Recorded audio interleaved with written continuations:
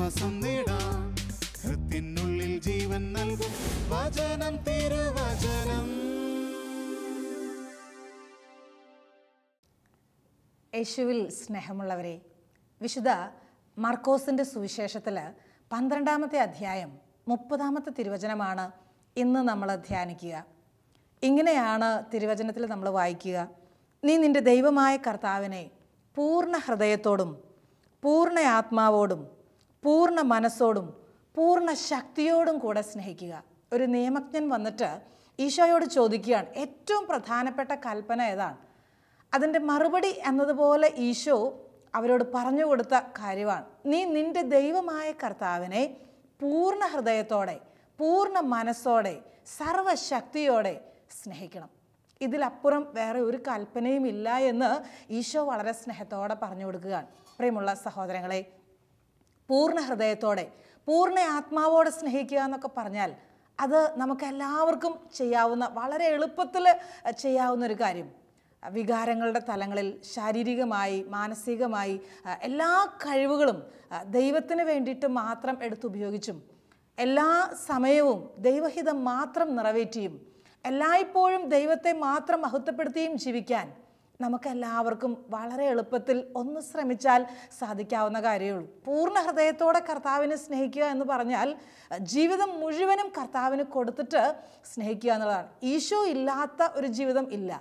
ഈശോയോട് കൂടെയുള്ളൊരു ജീവിതം, എല്ലാ സമയവും ഈശോയോട് കൂടെ, ഏത് സമയവും രാവും പകലും അധ്വാനിക്കുമ്പോഴും വിശ്രമിക്കുമ്പോഴും എല്ലാം ഈശോയോട് കൂടെ മാത്രം. ഈശോയെ ഇല്ലാത്ത അല്ലെങ്കിൽ ഈശോയെ മാറ്റി നിർത്തിയിട്ടുള്ള ഒരു ജീവിത ശൈലിയല്ല, മറിച്ച് ഈശോയോട് കൂടെ അധ്വാനിക്കുന്നു, കൂടെ നടക്കുന്നു, കൂടെ വിശ്രമിക്കുന്നു, അങ്ങനെയുള്ള ഒരു ജീവിത ശൈലിയാണ് ഇവിടെ നമുക്ക് പറഞ്ഞ് മനസ്സിലാക്കി തരിക. എല്ലാ സമയവും കർത്താവിനോട് കൂടെ തന്നെ. കുറച്ച് നാളുകൾക്ക് മുമ്പ് വിദേശ രാജ്യത്ത് നിന്ന് ഒരു സഹോദരി ഫോൺ ചെയ്തിട്ട് കുറേ അധികം സങ്കടം പറഞ്ഞു. ഇങ്ങനെയാണ് പറഞ്ഞത്: സിസ്റ്ററെ, കുറേ നാളുകളായി സ്വന്തമായിട്ടൊരു വീടില്ലാത്തതിൻ്റെ വേദന മനസ്സിൽ കൊണ്ടു നടക്കുകയാണ്. ഒത്തിരി പരിശ്രമിച്ചു സ്വന്തമായിട്ടൊരു ഭവനം കിട്ടാൻ വേണ്ടിയിട്ട്, അതിനു വേണ്ടിയിട്ട് ഒത്തിരി പരിശ്രമിച്ചു. പക്ഷേ ഇതുവരെയും സ്വന്തമായിട്ടൊരു ഭവനമില്ല. സങ്കടമുണ്ട്. പ്രാർത്ഥിച്ച് മടുത്തു എന്ന് തോന്നുകയാണ്. കുറേ അധികം കേട്ട് കഴിഞ്ഞിട്ട് ഞാൻ തിരിച്ചിങ്ങനെ പറഞ്ഞു: സഹോദരി, ഈ ഭൂമിയിൽ വീടില്ലേലും നമുക്ക് സ്വർഗത്തിലൊരു വീടില്ലേ? അതിന് വേണ്ടിയിട്ടല്ലേ നമ്മൾ കരയേണ്ടത്? ആ ഒരു വീടിന് വേണ്ടിയിട്ടല്ലേ നമ്മൾ പ്രാർത്ഥിക്കേണ്ടത്? അതിന് വേണ്ടിയിട്ടല്ലേ നമ്മൾ സ്വപ്നം കാണേണ്ടത്? ഉടനെ എന്നോട് പറഞ്ഞു, ഞാൻ പറഞ്ഞ് മുഴുവനാക്കുന്നതിന് മുൻപേ ഇങ്ങോട്ട് പറഞ്ഞു, ശരിയാ സിസ്റ്ററെ, അതിനുവേണ്ടി തന്നെയാണ് നമ്മൾ പണിയെടുക്കേണ്ടത്, അതിനുവേണ്ടി തന്നെയാണ് നമ്മൾ അധ്വാനിക്കേണ്ടത്. ഉടനെ പറഞ്ഞു, സഹോദരിയുടെ മനസ്സിൽ ഇത്ര നാളും ഈ വീടില്ലല്ലോ, അല്ലെങ്കിൽ സാമ്പത്തിക ഞെരുക്കമുണ്ടല്ലോ, അതിനെ ഓർത്തിട്ടായിരുന്നോ ടെൻഷൻ? അതിനെ ഓർത്തിട്ടായിരുന്നോ വിഷമം ഉണ്ടായിരുന്നത്? വേറെ എന്തോ ഒരു കൊച്ചു കാര്യമല്ലേ മനസ്സിനെ ഉത്കണ്ഠപ്പെടുത്തുക? ഉടനെ പറഞ്ഞു, സിസ്റ്ററെ, ഈ 3-4 ദിവസങ്ങളായിട്ട് എനിക്ക് ഈശോയെ കാണാൻ പറ്റുന്നില്ല, അതാ എൻ്റെ സങ്കടം. 3-4 ദിവസങ്ങൾ ഞാൻ പ്രാർത്ഥിക്കാനിരിക്കുമ്പോഴൊക്കെ എനിക്ക് ഈശോയെ കാണാൻ പറ്റുന്നില്ല. എന്നും പ്രാർത്ഥിക്കാനിരിക്കുമ്പോൾ ഈശോ അടുത്ത് വന്ന് നിൽക്കുന്ന ഒരു സാന്നിധ്യാനുഭവം എനിക്ക് കിട്ടും. ഈശോയുടെ മുൾമുടി ധരിച്ച വേദനകൾ നിറഞ്ഞ മുഖം, അതെപ്പോൾ പ്രാർത്ഥിക്കാനിരുന്നാലും എനിക്ക് കാണാൻ പറ്റുമായിരുന്നു. ഈ അടുത്ത ദിവസങ്ങളിൽ എനിക്ക് കാണാൻ പറ്റുന്നില്ല. എന്ത്, ഈശോ പോലും എന്നോട് പിണങ്ങിയോ? ഈശോ പോലും എന്നിൽ നിന്ന് മാറിപ്പോയോ? ഈശോയ്ക്ക് എന്തേ എന്നോട് ഇഷ്ടമില്ലേ? ഈ ചിന്തകൾ എന്നെ വല്ലാതെ അലട്ടുന്നുണ്ട്. അതാ സിസ്റ്ററെ എൻ്റെ കണ്ണുകളെ നിറയ്ക്കുക, അതാ എന്നെ കരയാൻ കാരണമാക്കി തീർക്കുക. എൻ്റെ കണ്ണ് നിറഞ്ഞു പോയി സത്യത്തിൽ. ഈ സഹോദരിക്ക് വേണ്ടിയിട്ട് അല്പസമയം പ്രാർത്ഥിച്ചു ചോദിച്ചു, ഇപ്പോൾ ഈശോ അടുത്ത് വന്ന് നിൽക്കുന്ന പോലെ തോന്നുന്നില്ലേ? ഉണ്ട് സിസ്റ്റർ, ഈശോ അടുത്ത് വന്ന് നിൽക്കുന്നുണ്ട്. ഫീലിംഗ് നല്ലൊരു സന്തോഷത്തിലേക്ക്, ഒരു വലിയ സമാധാനത്തിലേക്ക് ആ സഹോദരി കടന്നു വരികയായിരുന്നു. ഈശോ അടുത്ത് വന്നു, അല്ലെങ്കിൽ ഈശോ തൊട്ട് മുൻപിലുണ്ട്, ഈശോ അടുത്തുണ്ട് എന്ന് കാണുമ്പോൾ, അത് രുചിച്ചറിയുമ്പോൾ, അത് മനസ്സിലാക്കുമ്പോൾ മനസ്സിൽ അനുഭവിക്കുന്ന വലിയൊരു സമാധാനം, മനസ്സിൽ ഉൾക്കൊള്ളാൻ അത് ഒരിക്കലും മാഞ്ഞു പോകാത്ത രീതിയിലുള്ള ആ സാന്നിധ്യം വലിയൊരു ആത്മീയ സംതൃപ്തി തരികയാണ്, ഒരു വലിയ ആത്മശക്തി പ്രദാനം ചെയ്യാൻ. വിശുദ്ധ ആത്മാക്കളൊക്കെ അവരെപ്പോഴും ഈശോയുടെ കൂടെ നടന്നായിരുന്നു. അവർ ജീവിതത്തിൻ്റെ ഏതോ സമയത്ത് ഈശോയെ കണ്ടുമുട്ടിയ ഈശോയെ എപ്പോഴും കൂടെ കൊണ്ട് നടക്കാൻ അവർ ഉത്സാഹം കാണിച്ചു. അവരെപ്പോഴും ഈശോയുടെ കൂടെയായിരുന്നു. വിശുദ്ധാത്മാക്കൾ അങ്ങനെയായിരുന്നു. അവർ ഈശോയ്ക്ക് വേണ്ടിയിട്ട് എന്തും ത്യജിക്കാൻ, എന്തും ഉച്ഛിഷ്ടം പോലെ കാണാൻ, ലോകത്തിൻ്റെതായിട്ടുള്ള മുഴുവനെയും ഉച്ഛിഷ്ടം പോലെ കാണാൻ വിശുദ്ധാത്മാക്കൾക്ക് വലിയ ഉത്സാഹമായിരുന്നു. വിശുദ്ധ എവുപ്രാസ്യ കോൺവെൻറ്റിൽ പോകുന്നതിന് മുൻപ് വീട്ടിൽ എല്ലാവരൊക്കെ എതിർത്തു, ഇങ്ങനെ പോകേണ്ട കാര്യമൊന്നുമില്ല എന്നൊക്കെ പറഞ്ഞിട്ട് അവരൊക്കെ എതിർത്തപ്പോൾ വിശുദ്ധ എവുപ്രാസ്യ അവരോട് പറഞ്ഞത്, ഞാൻ എൻ്റെ ഈശോയ്ക്ക് വാക്ക് കൊടുത്തുപോയി, ഞാൻ എൻ്റെ ഈശോയ്ക്ക് വാക്ക് കൊടുത്തുപോയി, ഇനി എനിക്ക് ആ വാക്ക് മാറ്റാൻ പറ്റുകയില്ല. എല്ലാവരുടെയും എതിർപ്പിനെ അതിജീവിച്ച് സന്യാസ ജീവിതത്തിലേക്ക് എവുപ്രാസ്യമ്മ കടന്നു വരികയായിരുന്നു. മദർ തെരേസ ഇതുപോലെ സന്യാസ ജീവിതത്തിലേക്ക് ഇറങ്ങാൻ സമയത്ത് സഹോദരൻ ഒത്തിരി എതിർപ്പുകൾ കൊണ്ടുവന്നപ്പോൾ സഹോദരനോട് ഇങ്ങനെയാണ് പറഞ്ഞത്, സഹോദരൻ 20 ലക്ഷം ജനങ്ങളുടെ നേതാവിനെയല്ലേ സേവിക്കുന്നത്, ഞാൻ ഈ ലോകത്തിൻ്റെ മുഴുവൻ നാഥനെ, ഈ ലോകത്തിൻ്റെ മുഴുവൻ രാജാവിനെ സേവിക്കാനാണ് ഇഷ്ടപ്പെടുക, എന്തിനാ എന്നെ തടയുക, എന്നെ വിട്ടുകൊള്ളുക. എത്രയോ വിശുദ്ധാത്മാക്കൾ അവർ ഈശോയ്ക്ക് വേണ്ടിയിട്ട് അങ്ങ് ഇറങ്ങിത്തിരിക്കുകയാണ്. വിശുദ്ധ ക്ലാര ഈശോയുടെ സ്വന്തമായി തീരാൻ ആഗ്രഹിച്ചിട്ട് ലോകത്തിൻ്റെ സന്തോഷങ്ങൾ മുഴുവൻ വേണ്ടാന്ന് വെച്ചിട്ട് ഒരുപാട് സന്തോഷവും സുഖവും ലോകത്തിൻ്റെ ഒത്തിരി സൗഭാഗ്യങ്ങളൊക്കെ അനുഭവിക്കാൻ സാധ്യതകളുണ്ടായിരുന്നിട്ടും അതിനുള്ള എല്ലാ സാഹചര്യങ്ങളും ഉണ്ടായിരുന്നിട്ടും അതിനെ മുഴുവനും ഇട്ടെറിഞ്ഞിട്ട് ഇങ്ങോട്ട് പോരാൻ നേരത്ത് വീട്ടിലുള്ളവർ ആങ്ങള വന്നിട്ട് വലിയ ബഹളം വെക്കുന്നുണ്ട്. അവളെ ബലമായിട്ട് പിടിച്ചു വലിച്ച് വീട്ടിലേക്ക് കൊണ്ടുപോകാനൊക്കെ നോക്കുക. ഉടനെ ഈ ക്ലാര എന്ന വിശുദ്ധ എന്താ പറഞ്ഞതെന്നറിയാവോ, സഹോദര, ഇനി നിങ്ങളാരും എൻ്റെ കാര്യത്തിൽ ഇടപെടണ്ട, കാരണം ഞാൻ എൻ്റെ ക്രിസ്തുവിൻ്റെ മണവാട്ടിയാണ്, ഞാൻ എൻ്റെ ക്രിസ്തുവിൻ്റെ മണവാട്ടിയാകാൻ തീരുമാനിച്ചു കഴിഞ്ഞു, ഇനി നിങ്ങൾ ആരും എൻ്റെ കാര്യത്തിൽ ഇടപെടണ്ട. അത് പിണങ്ങി പറഞ്ഞതല്ല, ഇഷ്ടമില്ലാത്തതുകൊണ്ട് പറഞ്ഞതല്ല.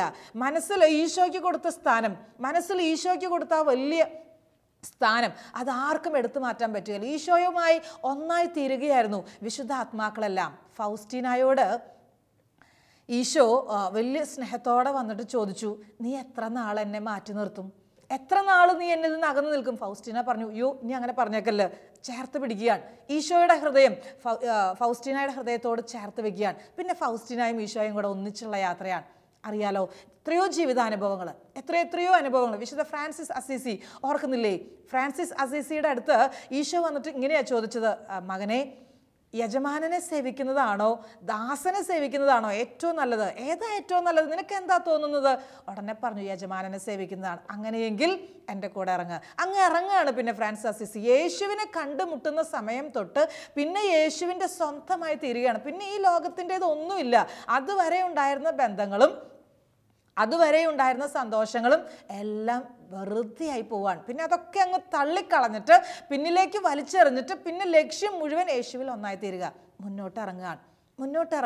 പ്രിയമുള്ള സഹോദരങ്ങളെ, എത്രയോ വിശുദ്ധാത്മാക്കൾക്ക് ഇതുപോലെ യേശുവുമായിട്ട് ഒന്നായി തീരാൻ സാധിച്ചിട്ടുണ്ടെങ്കിൽ നമുക്കും അതേ വിളി തന്നെയാണ്. പൂർണ്ണ ഹൃദയത്തോടെ കർത്താവിനെ സ്നേഹിക്കുക, പൂർണ്ണ ഹൃദയത്തോടെ. ഈ ഭൂമിയിലായിരിക്കുന്നിടത്തോളം കാലം, ജീവനുള്ള കാലത്തോളം ക്രിസ്തുവിനെ മാത്രം ഹൃദയത്തിൽ പൂജിക്കാനും ക്രിസ്തുവിന് വേണ്ടിയിട്ട് മാത്രം നിലകൊള്ളാനും അവനോടുള്ള സ്നേഹം കൊണ്ട് എരിഞ്ഞ് ഇല്ലാതെയായി തീരാനുമുള്ള ഒരു വിളി എല്ലാവർക്കും ഈശോ തന്നിട്ടുണ്ട്. എല്ലാവർക്കും ഉണ്ട് ഈ വിളി. ഇത് കുറച്ച് പേർക്കുള്ളതല്ല, ഇത് സമർപ്പണ ജീവിതം നയിക്കുന്നവർക്ക് മാത്രമുള്ള വിളിയല്ല, ഇത് എല്ലാവർക്കുള്ള വിളിയാണ്. യേശുവിൻ്റെ സ്വന്തമായി തീരാൻ, യേശുവിൻ്റേത് മാത്രമായി തീരാൻ, പൂർണ്ണ ഹൃദയത്തോടെ നീ യേശുവിനെ സ്നേഹിക്കണം എന്ന വലിയൊരു ആഗ്രഹമാണ് നല്ല ദൈവത്തിനുള്ളത്. നല്ല ദൈവത്തിൻ്റെ ആഗ്രഹം നിറവേറ്റാൻ നമുക്കെല്ലാവർക്കും പരിശ്രമിക്കണം. ഓരോ ദിവസവും എത്രയോ പ്രാവശ്യം നമ്മൾ നടക്കുന്നുണ്ട്. ഒന്ന് ഓർത്ത് നോക്കിയേ, രാവിലെ മുതൽ വൈകുന്നേരം വരെ എത്ര മണിക്കൂറുകൾ നമ്മൾ നടക്കുന്നുണ്ട്. അധികം ഇരിക്കുന്ന സമയമില്ല, കിടക്കുന്ന സമയമൊക്കെ വളരെ കുറച്ചാണ്, നടക്കുന്ന സമയം കൂടുതൽ. സത്യമല്ലേ? ഒന്ന് ഓർത്ത് നോക്ക്, എത്രയോ സമയം. ഓരോ അടിയും മുന്നോട്ട് വയ്ക്കുമ്പോൾ, ഓരോ കാൽവെപ്പും മുന്നോട്ട് വയ്ക്കുമ്പോൾ ഓർക്കാം, അത് നിത്യതയിലേക്കുള്ള കാൽവെപ്പാണ്. ഓരോ കാൽവെപ്പും നിത്യതയിലേക്കുള്ള കാൽവെപ്പാണ്. ഈ ഭൂമിയിലായിരിക്കുമ്പോൾ വേറെ യാത്രയൊന്നും നമുക്ക് ചെയ്യാൻ പറ്റുമല്ലോ. സ്വർഗത്തിലേക്ക് പോകാൻ വേറെ വഴിയൊന്നും പ്രത്യേകിച്ചില്ലല്ലോ. ഈ വഴികളൊക്കെ തന്നെയല്ലേ ഉള്ളൂ. ഓരോ കാൽവെപ്പും മുന്നോട്ട് വെക്കുമ്പോൾ സ്വർഗത്തിലേക്കുള്ള നമ്മുടെ അകലം കുറഞ്ഞുകൊണ്ടിരിക്കുകയാണ്. നമ്മളാ തീരുമാനിക്കണ്ടേ പൂർണ്ണ ഹൃദയത്തോടെ യേശുവിനെ സ്നേഹിച്ചിട്ട് ഈ സ്വർഗ സൗഭാഗ്യം അനുഭവിക്കാനുള്ള വലിയ ഭാഗ്യം, അതിനു വേണ്ടിയിട്ട് മാത്രമാണ് നമ്മൾ അധ്വാനിക്കുക. അത് മാത്രം നമ്മുടെ ലക്ഷ്യം. വേറെ ഒന്നിലേക്കും നമ്മുടെ ശ്രദ്ധ പോകുന്നില്ല. ഈ ലോകത്തിൻ്റെ നശ്വരങ്ങളായിട്ടുള്ള സമ്പാദ്യത്തിന് വേണ്ടിയിട്ടല്ല നമ്മൾ കഷ്ടപ്പെടുക. ഈ ലോകത്തിൽ നിന്നു പോകുന്ന സ്നേഹബന്ധങ്ങൾ, അല്ലെങ്കിൽ ആരോഗ്യം നഷ്ടപ്പെടുന്ന അവസ്ഥ, സമ്പത്തില്ലാതെയാകുന്ന അനുഭവം, ഇതൊക്കെ ഉണ്ടാകാം. ഈ സാഹചര്യങ്ങളുടെ ഒക്കെ മീതെ കയറി നിന്നിട്ട് ഞാൻ എൻ്റെ യേശുവിനെ, ഞാൻ എൻ്റെ ദൈവത്തെ പൂർണ്ണ ഹൃദയത്തോടെ സ്നേഹിക്കുന്നു എന്ന് പറയാൻ നമുക്കെല്ലാവർക്കും സാധിക്കണം. ആ ഒരൊറ്റ വിളിയിലേക്കാണ് നമ്മൾ പ്രവേശിക്കുക. പ്രിയമുള്ള സഹോദരങ്ങളെ, ഇങ്ങനെ പൂർണ്ണ ഹൃദയത്തോടെ സ്നേഹിക്കുന്നവർക്കാണ് നിത്യത സ്വപ്നം കണ്ടിട്ട്, സ്വർഗരാജ്യം സ്വപ്നം കണ്ടിട്ട് മുന്നോട്ട് പോകാൻ കഴിയുക. സ്വർഗരാജ്യം മാത്രമായിരിക്കണം നമ്മുടെ ലക്ഷ്യം. വേറെ ഒന്നിലേക്കും നമ്മുടെ ശ്രദ്ധ മാറിപ്പോയേക്കില്ല. വേറെ ഒന്നിലേക്കും ശ്രദ്ധ മാറിപ്പോയേക്കില്ല. വേറെ രണ്ടാമത്തെ ഒരു കാര്യം ഞാൻ പറഞ്ഞു തരും. എങ്ങനെയാണ് പൂർണ്ണ ഹൃദയത്തോടെ സ്നേഹിക്കുക? പൂർണ്ണ ഹൃദയത്തോടെ നമ്മൾ സ്നേഹിക്കുമ്പോൾ ഒരിക്കൽ പോലും അലസത നമ്മളിൽ ഉണ്ടാകത്തില്ല. ഒരു കാരണവശാലും അലസത എന്ന് ചിന്തിക്കാൻ, അലസമായിട്ടിരിക്കാൻ നമുക്ക് നേരമില്ല. എല്ലാ സമയവും നമുക്ക് ജോലിയുണ്ട്. എല്ലാ സമയവും ഒരു മിനിറ്റ് പോലും നമുക്ക് വിശ്രമിക്കാനില്ല. യോഹന്നാൻ 23 മാർപ്പാപ്പ ഇങ്ങനെ പറഞ്ഞു, എൻ്റെ വിശ്രമം ഇനി സ്വർഗത്തിൽ ചെന്നിട്ടാണ്. എൻ്റെ ഈ പൗരോഹിത്യ ജീവിതം മുഴുവൻ സമയവും അധ്വാനിക്കാനുള്ളതാണ്. രാവും പകലും കഠിന അധ്വാനം ചെയ്യാനുള്ളതാണ്. ഈ ഭൂമിയിൽ വെച്ച് ഒരു നിമിഷം പോലും വിശ്രമിക്കാൻ ഇവിടെ അവകാശം എനിക്കില്ല. അതുകൊണ്ട് തന്നെ കഠിന അധ്വാനം ചെയ്ത് സ്വർഗത്തിലേക്കുള്ള എൻ്റെ യാത്ര എളുപ്പമുള്ളതാക്കി തീർക്കുകയാണ്. ക്രിസ്ത്യാനുകരണത്തിൽ ഇങ്ങനെ പറയും, ഈ ഭൂമിയിലായിരിക്കുന്നിടത്തോളം കാലം പുണ്യങ്ങൾ സമ്പാദിക്കാൻ വിളിക്കപ്പെട്ടവരാണ് നമ്മൾ. പുണ്യങ്ങൾ സമ്പാദിച്ച് നിത്യത ലക്ഷ്യം വെച്ച് ജീവിക്കേണ്ടവർ. പുണ്യങ്ങൾ സമ്പാദിക്കേണ്ടത് വിശ്രമിച്ചും ഉറങ്ങിയിട്ടുമല്ല, പിന്നെയോ അധ്വാനിച്ച് കഠിനാധ്വാനം നടത്തി, വിശ്രമമില്ലാതെ കഠിനാധ്വാനം നടത്തിയാണ് നമ്മുടെ പുണ്യങ്ങൾ ഈ ഭൂമിയിൽ നമുക്ക് സമ്പാദിക്കേണ്ടത്. എവുപ്രാസ്യമ്മ പറഞ്ഞൊരു കാര്യമുണ്ട്, ഒരു സെക്കൻഡ് പോലും എനിക്ക് വെറുതെ കളയാനില്ല. ഒരു സെക്കൻഡ് പോലും എനിക്ക് വെറുതെ കളയാൻ പറ്റുകയില്ല. ഓരോ പ്രാവശ്യവും ഞാൻ ഇങ്ങനെ ചിന്തിക്കാറുണ്ട്. എവുപ്രാസ്യമ്മ പറഞ്ഞ വാക്കുകളാണ്. ഓരോ പ്രാവശ്യവും ചിന്തിക്കും, എപ്പോഴെങ്കിലൊക്കെ മടി പിടിച്ച് പ്രാർത്ഥന ഇന്ന് വേണ്ട, അല്ലെങ്കിൽ ഇന്ന് ഉപവാസം വേണ്ട, ഇന്ന് പരിഹാര പ്രവർത്തികൾ വേണ്ട, ഇന്ന് ഈശോയുടെ നിന്ന് അല്പമൊക്കെ മാറി ഇച്ചിരി ലോകത്തിൻ്റെ വഴി കൂടെയൊക്കെ പോകാം എന്ന് ഓർക്കുമ്പോൾ മനസ്സിൽ ഉടനെ എവുപ്രാസ്യമ്മ തന്നോട് തന്നെ പറയും, എവുപ്രാസ്യ, ഇത് നിൻ്റെ അവസാനത്തെ ധ്യാനമാണെന്ന് ഓർക്കണം. ഇത് നിൻ്റെ അവസാനത്തെ ധ്യാനമാണ്. ഇനി ഇങ്ങനെ ഒരു അവസരം നിനക്ക് കിട്ടുമോ ഇല്ലയോ എന്ന് അറിയത്തില്ല. എന്തിനാ നീ മഠത്തിലേക്ക് വന്നത്? ലോകത്തിൻ്റെ സന്തോഷങ്ങളൊക്കെ വിട്ടിട്ട് എന്തിനാ നീ വന്നത്? അതുകൊണ്ട് ഇത് അവസാനത്തെ മണിക്കൂറാണെന്ന് ഓർത്തിട്ട് നീ അധ്വാനിച്ചോണം. എവുപ്രാസ്യമ്മ ഈ ഒരു ചിന്ത മനസ്സിൽ വന്നാൽ പിന്നെ ക്ഷീണമില്ല, തളർച്ചയില്ല. എളുപ്പത്തിൽ എഴുന്നേറ്റ് വളരെ വേഗതയിൽ കാര്യങ്ങൾ ചെയ്യുകയായി, വളരെ വേഗതയിൽ ദൗത്യങ്ങളും കടമകളൊക്കെ നിർവഹിക്കുകയായി. എത്രയോ വിശുദ്ധാത്മാക്കൾ ഒരു മിനിറ്റ് പോലും വിശ്രമിക്കാതെ, രാത്രിയും പകലൊക്കെ അവർക്ക് ഒരുപോലെയാണ്. രാത്രിയൊക്കെ വളരെ വിശ്രമിക്കുന്ന, ഉറങ്ങുന്നൊക്കെ വെറും 2 മണിക്കൂർ 3 മണിക്കൂർ, കേട്ടിട്ടില്ലേ? ചില വിശുദ്ധാത്മാക്കളൊക്കെ അങ്ങനെയായിരുന്നു. 2 മണിക്കൂർ 3 മണിക്കൂറൊക്കെ അവർക്ക് ഉറങ്ങാനുള്ളൂ, സമയം കിട്ടുന്നുള്ളൂ. അതിനപ്പുറം ഒരുപാട് ജോലികൾ ഈശോയ്ക്ക് വേണ്ടിയിട്ട്, ഈശോയുടെ നാമം മഹത്വപ്പെടാൻ വേണ്ടിയിട്ട് പൂർണ്ണ ഹൃദയത്തോടെ അങ്ങ് അവർ സ്നേഹിക്കുകയാണ്. വേറെ ഒന്നിലേക്കും ശ്രദ്ധ മാറിപ്പോകുന്നില്ല. ആരോഗ്യം സംരക്ഷിക്കാനോ അല്ലെങ്കിൽ മറ്റേതെങ്കിലും ഈ ലോകത്തിൻ്റെ വ്യാപാരങ്ങളിൽ ഒന്നിലും അവരുടെ ശ്രദ്ധ മാറിപ്പോകുന്നില്ല. എല്ലായ്പ്പോഴും ദൈവത്തെ മഹത്വപ്പെടുത്തുക, എല്ലാ കാര്യങ്ങളിലും ദൈവത്തെ മഹത്വപ്പെടുത്തുകയാണ്. ഫൗസ്റ്റീന കരുണയുടെ അപ്പസ്തോലയല്ലേ? ഫൗസ്റ്റീന ഒരിക്കൽ ഇങ്ങനെ പറഞ്ഞു വെച്ചു, ഞാനൊരിക്കലും ഭാവിയെ ഓർക്കാറില്ല. കാരണം ഭാവിയിൽ ഇനി എന്ത് വരാൻ പോകുന്നു എന്ന് ഓർത്താൽ വല്ലാത്ത ഭയം തോന്നും, എനിക്ക് ടെൻഷനാവും. അതുകൊണ്ട് ഞാൻ ഭാവി കാര്യങ്ങളൊക്കെ കർത്താവിൻ്റെ കാര്യങ്ങളിൽ ഭരമേൽപ്പിക്കുകയാണ്. എന്നെക്കൊണ്ട് അത് മുഴുവനും നോക്കാൻ സാധ്യമല്ല. ഞാൻ ഭാവി കാര്യങ്ങൾ ഇനി ശ്രദ്ധിക്കുന്നേ ഇല്ല. കഴിഞ്ഞ കാലം, ഭൂതകാലം ഓർത്തിട്ട് എന്ത് കാര്യം? അവിടെ തിരുത്താനൊന്നും പറ്റിയല്ല. അതൊന്നും എൻ്റെ പരിധിയിൽപ്പെടുന്ന കാര്യങ്ങളല്ല. കഴിഞ്ഞു പോയി, സംഭവിച്ചു പോയി. പറയാൻ പാടില്ലാത്തത് പറഞ്ഞു പോയി, ചെയ്യാൻ പാടില്ലാത്തത് ചെയ്തു പോയി. എങ്ങനെയോ ആ കാലഘട്ടം, ആ സമയം മുഴുവനും കഴിഞ്ഞു. എനിക്ക് ആകെയുള്ള ആശ്വാസം, ആകെയുള്ള സന്തോഷം വർത്തമാനകാലമാണ്. എനിക്ക് തിരുത്താലോ, എനിക്ക് മാറ്റങ്ങൾ വരുത്താലോ, എൻ്റെ ജീവിതത്തിൻ്റെ ഗതിയൊക്കെ എനിക്ക് വേണമെങ്കിൽ അങ്ങോട്ടും ഇങ്ങോട്ടൊക്കെ മാറ്റിവിടാലോ. എനിക്ക് ആശ്വാസം വർത്തമാനകാലമാണ്. ഞാൻ എൻ്റെ ഈശോയെ സ്നേഹിക്കും, ഞാൻ എൻ്റെ ഈശോയെ സ്നേഹിക്കും. എന്നിട്ട് ഫൗസ്റ്റീന തുടർന്ന് ഇങ്ങനെ പറഞ്ഞു, ഒരു നിമിഷം പോലും വെറുതെ എന്ന് പറയാൻ എനിക്കില്ല. വെറുതെ കളയാൻ എനിക്ക് ഒരു നിമിഷം പോലും ഇനി ബാക്കിയില്ല. ഒരു സെക്കൻഡ് പോലും എനിക്കില്ല. നല്ല ഓട്ടമാണ്, നന്നായിട്ട് അധ്വാനിക്കുകയാണ്, നല്ല കഠിന പരിശ്രമമാണ്. ആത്മാക്കളുടെ രക്ഷയ്ക്ക് വേണ്ടി, ദൈവനാമം മഹത്വപ്പെടാൻ വേണ്ടി, ദൈവരാജ്യ വിസ്തൃതിക്ക് വേണ്ടി ഫൗസ്റ്റീന ഓടുകയാണ്. വിശുദ്ധാത്മാക്കൾ ഇങ്ങനെയായിരുന്നുവെങ്കിൽ വിശുദ്ധിക്ക് വേണ്ടി അധ്വാനിക്കുന്ന, പരിശ്രമിക്കുന്ന, ആഗ്രഹിക്കുന്ന നമ്മുടെ ജീവിതത്തിലും ഇത് തന്നെ വേണമെന്ന് കർത്താവ് നമ്മളെ ഓർമ്മിപ്പിക്കും. യെശയ്യാ പ്രവാചകന്റെ പുസ്തകത്തിൽ 38-ാമത്തെ അധ്യായത്തിൽ നമ്മളൊരു സംഭവം കാണുന്നുണ്ട്. ഹെസക്കിയ രാജാവ്, ഓർക്കുന്നില്ലേ നിങ്ങൾ? നല്ലൊരു രാജാവാണ്, മിടുമിടുക്കനായിരുന്നു, എല്ലാവർക്കും ഇഷ്ടമായിരുന്നു ഈ രാജാവിനെ. ഈ രാജാവിന് ഒരിക്കലും അസുഖം വന്നു. അന്നേരം യെശയ്യാ പ്രവാചകൻ വന്നിട്ട് പറഞ്ഞതേ, മരിക്കാറായി, എല്ലാ കാര്യങ്ങളും ക്രമീകരിച്ചേര്, വീട്ടിൽ മരണത്തിന് ശേഷമുള്ള ക്രമീകരണങ്ങളൊക്കെ നടത്തിയര് വാർത്ത കൊടുക്കുകയാണ്. ഇത് കേട്ടതേ നമ്മുടെ ഹെസക്കിയ രാജാവിന് വലിയ സങ്കടമായി. ഹെസക്കിയ രാജാവ് ഒരു കാര്യം ചെയ്തു. എന്താണെന്നറിയാവോ? ചുമരിൻ്റെ നേരെ അങ്ങ് തിരിഞ്ഞു കിടന്നു. എന്നിട്ട് ഒറ്റ ഒരു പ്രാർത്ഥന, എൻ്റെ കർത്താവേ, പൂർണ്ണ ഹൃദയത്തോടെ നിൻ്റെ മുമ്പിൽ ഞാൻ വ്യാപരിച്ചു എന്ന് നീ അനുസ്മരിക്കണേ. പൂർണ്ണ ഹൃദയത്തോടെ നിൻ്റെ മുൻപിൽ ഞാൻ വ്യാപരിച്ചിട്ടുള്ളത് നീ ഓർക്കണേ. ഹൃദയം നുറുങ്ങിയിട്ടുള്ളൊരു പ്രാർത്ഥനയാണ്. അധികമൊന്നും പറഞ്ഞില്ല, വലിയ വാചക കസർത്തം ഒന്നും ചെയ്തിട്ടില്ല. ഈ രാജാവ് ഒറ്റ കരച്ചിലും ഒറ്റ പറച്ചിലും. നിമിഷങ്ങൾക്കുള്ളിൽ കർത്താവ് മനസ്സ് മാറ്റി സൗഖ്യം കൊടുക്കാൻ തീരുമാനിച്ചാവുകയാണ്. മരിക്കൂ എന്ന് പറഞ്ഞ കർത്താവ് പെട്ടെന്ന് പറയണു, നീ മരിക്കില്ല കേട്ടോ, 15 വർഷം കൂടെ നിൻ്റെ ആയുസ് നീട്ടിത്തരികയാണ്. പൂർണ്ണ ഹൃദയത്തോടെ ഞാൻ സ്നേഹിച്ചിട്ടുണ്ടെന്ന് പറഞ്ഞപ്പം കർത്താവ് ഇതാ മാറ്റുകയാണ്, തീരുമാനം പോലും മാറ്റുകയാണ്. സഹോദര, നിനക്ക് പറയാൻ പറ്റുമോ നിന്റെ ദൈവത്തെ നീ പൂർണ്ണ ഹൃദയത്തോടെ സ്നേഹിച്ചിട്ടുണ്ടെന്ന്? സഹോദരി, നിനക്ക് പറയാൻ പറ്റുമോ നല്ല ദൈവത്തെ പൂർണ്ണ ശക്തിയോടെ നീ സ്നേഹിച്ചിട്ടുണ്ടെന്ന്? അല്പമൊക്കെ പിടുത്തം നമുക്കുണ്ടാകുകയല്ലേ? എവിടെയെങ്കിലൊക്കെ ഒരു പിടുത്തം, ഒരു ഇച്ചിരി എൻ്റേതെന്ന് പറയാൻ നമുക്ക് പൂർണ്ണമായിട്ടും സ്നേഹിക്കാം. കർത്താവിനെ മാത്രം സ്നേഹിക്കാം. അവിടെ അലസതയ്ക്ക് സമയമില്ല. ചിലപ്പോഴൊക്കെ ചിലർ ചിന്തിക്കുകയല്ലേ, ഈ ആഴ്ച ഉപവാസം വേണ്ട, അടുത്ത ആഴ്ച മതി ഉപവാസം, ഈ ആഴ്ച കുരിശിൻ്റെ വഴി വേണ്ട, ഈ ആഴ്ച ജപമാല വേണ്ട, ഇന്നലെ ഇത്രയും പ്രാർത്ഥിച്ചില്ലേ, ഇന്ന് കുറച്ച് സമയം വിശ്രമം. വിശുദ്ധാത്മാക്കൾ അവരൊരിക്കൽ പോലും വിശ്രമിച്ചിട്ടില്ല. അവർക്ക് ഒരു നിമിഷം പോലും കളയാനില്ല. അവർ പരിഹാര പ്രവർത്തികൾ ചെയ്തും അവർ ഉപവാസം അനുഷ്ഠിച്ചും അവർ ത്യാഗങ്ങൾ ചെയ്തും അവരെല്ലായ്പ്പോഴും ദൈവത്തെ മഹത്വപ്പെടുത്തിക്കൊണ്ടേയിരുന്നു. പൂർണ്ണ ഹൃദയത്തോടെ സ്നേഹിച്ചു അവർ ഈശോയെ. പൂർണ്ണ മനസ്സോടെ അവർ ഈശോയെ സ്നേഹിക്കാൻ അവർക്കൊരിക്കലും മാറി നിൽക്കാൻ, അവർ ഈശോ ഇല്ലാണ്ട് ഒരു നിമിഷം പോലും മാറി നിൽക്കാൻ അവർക്ക് പറ്റത്തില്ലായിരുന്നു. എന്ത് വില കൊടുക്കാനും എത്ര സഹിക്കേണ്ടി വന്നിട്ടുണ്ടെങ്കിലും അവരൊരിക്കലും പിന്നോട്ട് മാറിയിട്ടില്ല. അവരൊരിക്കലും പുറകോട്ട് മാറിയിട്ടില്ല. അവർ ഈശോയെ സ്നേഹിക്കാൻ എന്ത് വിലയും കൊടുക്കാൻ അവർ തയ്യാറായിരുന്നു. പ്രിയമുള്ള സഹോദരങ്ങളെ, ഈശോ ഇന്ന് നമ്മളോട് ആവശ്യപ്പെടുന്ന കാര്യവും ഇത് തന്നെ. നീ സ്നേഹിക്കണം ഈശോയെ, നീ സ്നേഹിക്കണം. മനുഷ്യരെയൊക്കെ സ്നേഹിക്കുമ്പോൾ എത്രയധികം ത്യാഗങ്ങളാണ് നമ്മൾ ചെയ്യുക ഇല്ലേ? കുടുംബത്തിന് വേണ്ടിയിട്ട് എത്രയോ കഷ്ടപ്പെടുന്നു നമ്മൾ. നമ്മുടെ പ്രിയപ്പെട്ടവർക്ക് വേണ്ടി, സ്നേഹിക്കുന്നവർക്ക് വേണ്ടിയിട്ട് എത്ര മണിക്കൂർ നമ്മൾ ചിലവഴിക്കും, അവർക്ക് വേണ്ടിയിട്ട് എത്ര കഷ്ടപ്പെടും, അവർക്ക് വേണ്ടി എത്ര വിയർപ്പൊഴുക്കും, അവർക്ക് വേണ്ടി എത്ര സമയം മുട്ടുകുത്തി എന്ന് പ്രാർത്ഥിക്കും. ഇഷ്ടമുള്ളവർക്ക് വേണ്ടിയിട്ടല്ലേ പ്രാർത്ഥിക്കുക, സ്നേഹിക്കുന്നവർക്ക് വേണ്ടിയിട്ടല്ലേ പ്രാർത്ഥിക്കുക. അത് ഈ ഭൂമിയിലുള്ളവർക്ക് വേണ്ടിയിട്ട് നമ്മൾ ഇങ്ങനെ പ്രാർത്ഥിക്കുന്നു, അവരെ സ്നേഹിക്കുന്നു, അവരെ സഹായിക്കുന്നുവെങ്കിൽ അതിൻ്റെ അപ്പുറം ഞാൻ എൻ്റെ ക്രിസ്തുവിൻ്റെ സ്നേഹിക്കണ്ടേ? ഞാൻ അതിൻ്റെ അപ്പുറം, അതിൻ്റെ ഒരുപാട് അധികമായിട്ട് തന്നെ എൻ്റെ കർത്താവിനെ ഞാൻ സ്നേഹിക്കണ്ടേ? എൻ്റെ കർത്താവിനല്ലേ ഞാൻ ഒന്നാം സ്ഥാനം കൊടുക്കേണ്ടത്? ഒന്ന് മനസ്സിലോർത്ത് നോക്കിയേ, ഏതിനാ ഒന്നാം സ്ഥാനം? ഏത് കാര്യത്തിന് വേണ്ടിയിട്ടാണ് എപ്പോഴും എൻ്റെ മനസ്സ് ആഗ്രഹിക്കുക? മനുഷ്യബന്ധങ്ങൾ അതിങ്ങനെ നഷ്ടപ്പെടാതെ കൊണ്ട് നടക്കണമെന്നാണോ?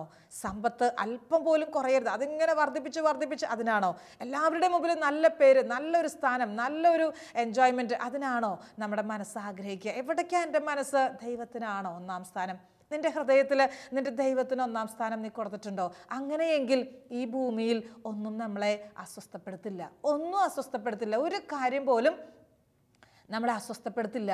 ക്രിസ്തുവിൽ നിന്ന് നമ്മൾ പഠിക്കേണ്ട കാര്യവും അത് തന്നെയാണ്. പരാതി പറയാത്ത ഒരനുഭവം, ഒരിക്കലും പരാതിയില്ല, ഒന്നിനും പരാതിയില്ല. ഒന്നിനും കഠിനാധ്വാനം ചെയ്യുന്ന മക്കൾക്ക്, അലസതയില്ലാത്ത ഓരോ നിമിഷവും ഉത്സാഹത്തോടെ മുന്നോട്ട് പോകുന്ന സഹോദരങ്ങൾക്ക് അവർക്ക് പരാതി ഉണ്ടാകുകയില്ല. ഒരു കാര്യത്തിനും പരാതി ഉണ്ടാകുകയല്ല. അവരങ്ങനെ പറഞ്ഞു, അവരിങ്ങനെ ചെയ്തു, എന്നോടിങ്ങനെ വഞ്ചനയോടെ പെരുമാറി, എന്നെ തിരസ്കരിച്ചു, എന്നെ പരിഹസിച്ചു. നെവർ. അവർക്കൊരിക്കലും അങ്ങനെ ചിന്തിക്കാൻ പോലും പറ്റുകയില്ല. കഠിനാധ്വാനം ചെയ്യുന്ന സഹോദരങ്ങൾക്ക് അവരുടെ മനസ്സിൽ മുഴുവനും യേശുവിനെ സ്നേഹിക്കണം, യേശുവിൻ്റെ കൂടെ നിൽക്കണം, യേശുവിന് വേണ്ടി മാത്രം. ഞാൻ കണ്ടിട്ടുണ്ട് അനേക സ്ഥലങ്ങളിൽ ആത്മായ സഹോദരങ്ങളും വൈദികരും സമർപ്പിതരൊക്കെ ഒരു ദിവസം പോലും വിശ്രമമില്ലാണ്ട് കഠിനാധ്വാനം, ഉറക്കമില്ല, ഭക്ഷണമില്ല, മുഴുവൻ സമയവും ഈശോയ്ക്ക് വേണ്ടിയിട്ട് ഓടുകയാണ്, ഈശോയ്ക്ക് വേണ്ടിയിട്ടാണ്. ചോദിക്കുമ്പോൾ അവർ പറയുന്നൊരു ഉത്തരം ഞാൻ കേട്ടിട്ടുണ്ട്, ആരോഗ്യമുള്ളപ്പോഴല്ലേ ഈശോയുടെ കൂടെ നടക്കാൻ പറ്റത്തുള്ളൂ, ആരോഗ്യമുള്ളത് കൊണ്ടല്ലേ ഓടി നടക്കാൻ പറ്റുക. ഞാൻ കിടപ്പായി പോയായിരുന്നെങ്കിൽ എനിക്കിങ്ങനെ കാര്യങ്ങൾ ചെയ്യാൻ പറ്റില്ലായിരുന്നല്ലോ. ആരോഗ്യമുള്ള സമയത്ത്, നല്ല ശക്തിയുള്ള സമയത്ത് തന്നെ ക്രിസ്തുവിനെ സ്നേഹിക്കാൻ, അത് പൂർണ്ണ മനസ്സോടെ സ്നേഹിക്കാൻ സഹോദര നമുക്കൊരുങ്ങാം. സഹോദരി, അതിനുള്ള നല്ലൊരു കൃപ ഈശോ നമുക്ക് തരട്ടെ. ഇനി വീണ്ടും പൂർണ്ണ ഹൃദയത്തോടെ നമ്മൾ നല്ല ദൈവത്തെ സ്നേഹിക്കുമ്പോൾ, പൂർണ്ണ മനസ്സോടെ ദൈവത്തെ സ്നേഹിക്കുമ്പോൾ നമ്മളിൽ ഉണ്ടാകാവുന്ന ഒരു വലിയ പ്രത്യേകതയാണ്, ഒരു നല്ല ജീവിത ആദർശം ഉണ്ടാവും. ഏത് കാര്യം ചെയ്യാനും നമുക്ക് അങ്ങനെ ഒരു ആദർശം ഉണ്ടാകുന്നത് നല്ലതാണല്ലോ. ഒരു ആദർശം ഉള്ളത് കൊണ്ടാണല്ലോ നമ്മളൊക്കെ കുറെ കൂടെ ശക്തമായിട്ട് മുന്നിട്ടിറങ്ങുക. വിശുദ്ധ ഫ്രാൻസിസ് സെയിൽസ് ഇങ്ങനെ പറഞ്ഞു വെച്ചു, എനിക്ക് ആത്മാക്കളെ തരിക, ബാക്കിയെല്ലാം എടുത്തുകൊള്ളുക. ഇങ്ങനെയൊക്കെ പറയാൻ ധൈര്യം കിട്ടുമോ? ഒന്ന് ഓർത്ത് നോക്കിയേ, എന്ത് ധൈര്യത്തോടെയാണ് പറയണത്. എല്ലാം എടുത്തോന്ന്, എല്ലാവരും എടുത്തോളാൻ, എല്ലാം കൊണ്ടുപോയിക്കൊള്ളാനാണ് പറയണത്, എല്ലാം കൊണ്ടുപോയിക്കൊള്ളാൻ. ഫ്രാൻസിസ് സെയിൽസ് പറയാൻ, കർത്താവെ എനിക്ക് ആത്മാക്കളെ തന്നാൽ മതി, എനിക്ക് ആത്മാക്കളെ തന്നാൽ മതി. വിശുദ്ധ ഡോൺ ബോസ്കോ ഇത് തന്നെ, ഈ വാചകം തന്നെ മുറിയുടെ മുൻപിൽ ഒട്ടിച്ചു വെച്ചിട്ടുണ്ട്. എന്നിട്ട് ഡോൺ ബോസ്കോ ജീവിത ആദർശമായിട്ട് എടുത്തത് എന്താണെന്നറിയോ? ഇപ്പോൾ തന്നെ, പിന്നേന്നല്ല, നാളെ എന്നല്ല, 2 മാസം കഴിഞ്ഞിട്ടെന്നല്ല, ഇപ്പോൾ തന്നെ കുമ്പസാരിപ്പിക്കാൻ പോകുന്നതും ബലിയർപ്പിക്കാൻ പോകുന്നതും മാനസാന്തരത്തിലേക്ക് നയിക്കുന്നതും പ്രാർത്ഥിക്കുന്നതും ദരിദ്രരെ സഹായിക്കുന്നതും വേദനിപ്പിക്കുന്നവരെ ആശ്വസിപ്പിക്കുന്നതും ഒക്കെ ഇപ്പോൾ തന്നെ, ഈ സമയം, ഈ നിമിഷം വളരെ വേഗതയിൽ കാര്യങ്ങൾ ചെയ്യുമായിരുന്നു വിശുദ്ധാത്മാക്കൾ. വിശുദ്ധ ഡൊമിനിക് സാവിയോ ജീവിതാദർശമായിട്ടെടുത്തത് ഇങ്ങനെയാണ്: പാപത്തേക്കാൾ മരണം. വിശുദ്ധ ഫിലിപ്പിനേരി ജീവിതാദർശമായിട്ടെടുത്തത് എന്താണെന്നറിയോ? ക്രിസ്തുവിനപ്പുറം സ്നേഹിക്കാൻ മറ്റൊരു കാരണം ഉണ്ടാകല്ല. ഏറ്റവും അധികം സ്നേഹം എൻ്റെ ക്രിസ്തുവിനോട് തന്നെ, എൻ്റെ ക്രിസ്തുവിനെ മാത്രം ഏറ്റവും അധികമായി ഞാൻ സ്നേഹിക്കുന്നു. അതായിരുന്നു ഫിലിപ്പിനേരി പുണ്യവാൻ്റെ ജീവിതാദർശം. സഹോദര സഹോദരി, എന്താ ജീവിതാദർശം? എന്താ നിൻ്റെ മനസ്സിൽ ലക്ഷ്യമായിട്ടുള്ളത്? നീ എന്തിനാ ഏറ്റവും അധികം വിലമതിക്കുക? കുറച്ച് ദിവസങ്ങൾക്ക് മുമ്പ് ഒരു സഹോദരൻ പ്രാർത്ഥിക്കാൻ വേണ്ടിയിട്ട് വന്നു. എന്നോട് ഇങ്ങനെ കുറച്ച് കാര്യങ്ങളൊക്കെ വേദനയോടെ പങ്കുവെച്ചു. ഒരു 60-70 ലക്ഷം രൂപ അത്രയേ ഉള്ളൂ കടമുണ്ട്. അങ്ങനെ കടബാധ്യതയിലിരിക്കുകയാണ്. സങ്കടമൊന്നുമില്ല കേട്ടോ, കർത്താവ് വഴി നടത്തും, നല്ല ബോധ്യമുണ്ട്, നല്ല വിശ്വാസമുള്ളൊരു സഹോദരൻ. കരഞ്ഞും പിഴിഞ്ഞിട്ടൊന്നുമല്ല കാര്യങ്ങൾ പറയുക. സിസ്റ്റർ, കടമൊക്കെ ഉണ്ട്, വിഷമൊക്കെ ഉണ്ട്, എങ്കിലും എൻ്റെ ഈശോ എന്നെ നയിച്ചിട്ടുണ്ട്. അങ്ങനെ കാര്യങ്ങൾ പങ്കുവെച്ചുകൊണ്ടിരിക്കുമ്പോൾ ഈശോ കാണിച്ചു തരാണ്, ഒരു 100 രൂപയുടെ നോട്ട് കാണിച്ചു തരാണ്. ഞാൻ ചോദിച്ചു, സഹോദര അതെന്താ ഈശോ 100 രൂപയുടെ നോട്ട് കാണിക്കാൻ? ഉടനെ ഈ സഹോദരൻ എന്നോട് പറഞ്ഞു, സിസ്റ്ററെ, പല ആൾക്കാരും അവർക്ക് വേണ്ടി പ്രാർത്ഥിച്ചൊക്കെ കഴിയുമ്പോൾ, അല്ലെങ്കിൽ അവരുമായിട്ട് ആത്മീയ കാര്യങ്ങൾ പങ്കുവെക്കാനൊക്കെ സമയം ചിലവഴിച്ച് കഴിയുമ്പോൾ അവർ ചിലപ്പോഴെങ്കിലൊക്കെ എനിക്ക് ഒരു 100 രൂപയുടെ നോട്ടൊക്കെ എടുത്ത് നീട്ടിത്തരും. ഒരിക്കൽ പോലും 100 രൂപ പോയിട്ട് ഒരു 10 രൂപ പോലും ഒരാളുടെ കയ്യിൽ നിന്നും ഇതുവരെ വാങ്ങിയിട്ടില്ല. ഞാൻ ഉടനെ ചോദിച്ചു, വണ്ടിക്കൂലി വാങ്ങാറുണ്ടോ? ഇല്ല സിസ്റ്ററെ, വണ്ടിക്കൂലി വാങ്ങാറില്ല. അത്യാവശ്യം ജീവിക്കാൻ വരുമാനം പറമ്പിൽ എനിക്ക് കിട്ടും.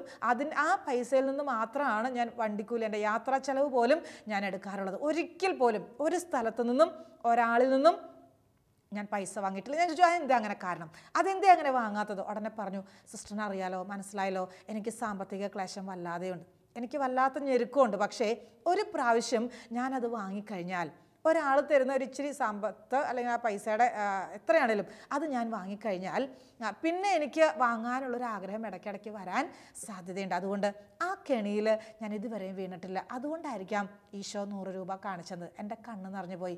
ഇങ്ങനെയുള്ള സഹോദരങ്ങളും നമ്മുടെ ഇടയിലുണ്ട്. ഈശോയുടെ മുമ്പിൽ വളരെയധികം ആത്മാർത്ഥതയുള്ള, സത്യസന്ധതയുള്ള, പൂർണ്ണ മനസ്സോടെ എന്തും വരട്ടെ എന്ന് ഓർത്തിട്ട് തന്നെ ഒരു ലാഭവും പ്രതീക്ഷിക്കാതെ, ഒരു പ്രതിഫലവും പ്രതീക്ഷിക്കാതെ, ഒന്നും നേടണമെന്നുള്ള ഇഷ്ടമില്ല, അത് പ്രതീക്ഷയില്ലാതെ ഈശോയ്ക്ക് വേണ്ടി മാത്രം, ഈശോയുടെ കൂടെ മാത്രം സമയം പങ്കിടുന്ന സഹോദരങ്ങൾ. പ്രിയമുള്ള സഹോദര സഹോദരി, നിൻ്റെ ഹൃദയത്തിൽ ഈശോയ്ക്ക് 1-ാം സ്ഥാനം കൊടുക്കുക.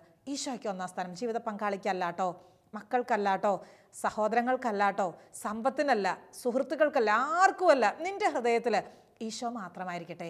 നിൻ്റെ ഹൃദയത്തിൽ ഈശോ മാത്രമായിരിക്കട്ടെ രാജാവായി വാഴുന്നത്. നമുക്ക് ആ കൃപയ്ക്ക് വേണ്ടിയിട്ട് പ്രാർത്ഥിക്കാം. ഒരു നിമിഷം ഒന്ന് കണ്ണുകളടച്ച് കൈകൾ കൂപ്പി, യേശുവേ, നിൻ്റെ കരങ്ങളിൽ ഞങ്ങളെ സ്നേഹപൂർവ്വം ഞങ്ങളിതാ ചേർത്ത് വയ്ക്കുന്നു. ലോകത്തിൻ്റെ സമ്പത്ത്, ലോകത്തിൻ്റെ സ്ഥാനമാനങ്ങൾ, ലോകത്തിൻ്റെ സുഖസൗകര്യങ്ങൾ, ഇവയിലേക്കൊന്നും ശ്രദ്ധ തിരിക്കാതെ നിന്നെ മാത്രം സ്നേഹിക്കാൻ, സർവശക്തിയോടെ സ്നേഹിക്കാൻ, പൂർണ്ണ ഹൃദയത്തോടെ സ്നേഹിക്കാൻ ഞങ്ങളെ സഹായിക്കണേ യേശോയെ. അതിനുള്ള കൃപ ഞങ്ങൾക്ക് പ്രദാനം ചെയ്യണമേ എന്ന് പ്രാർത്ഥിക്കുന്നു. നിത്യം പിതാവും പുത്രനും പരിശുദ്ധാത്മാവുമായ സർവേശ്വര എന്നേക്കും ആമേൻ.